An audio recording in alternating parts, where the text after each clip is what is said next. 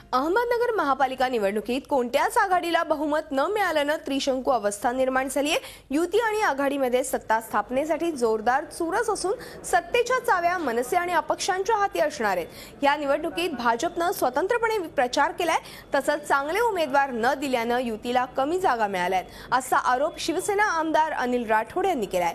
तर शिवसेनेने विकास कामे न केल्यामुळे आघाडीला नगरच्या जनतेने पसंती दिली आहे असा टोला राष्ट्रवादीने लगावलाय।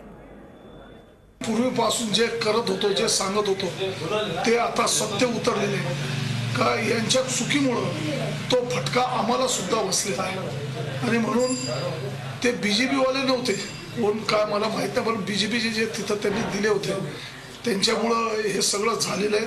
18 उमेदवार आमचे आज विजय झालेले आहेत। काँग्रेसचे 11 आलेत, असे 29 जवळजवळ उमेदवार आमचे विजय झालेले आहेत आघाडीचे। 1 नंबरला आज राष्ट्रवादी राहिली।